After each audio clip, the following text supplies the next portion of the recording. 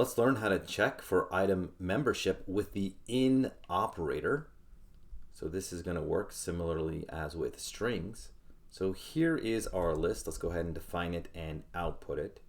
So if we just want to check true or false whether something is in our list or not, we simply use this in operator.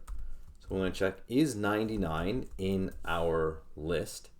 Just do like this. So the in operator will always return true or false. There's something to the left, there's something to the right. We execute this and we see that it is true.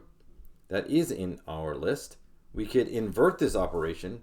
Is 99 not in our list? No, that is false because it is in our list. We could use any other number here. We can even use a string. Is the string Python in our list? No, it is not.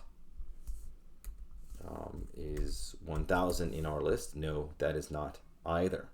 Okay, so that's how you check for item membership with the in or the not in operators.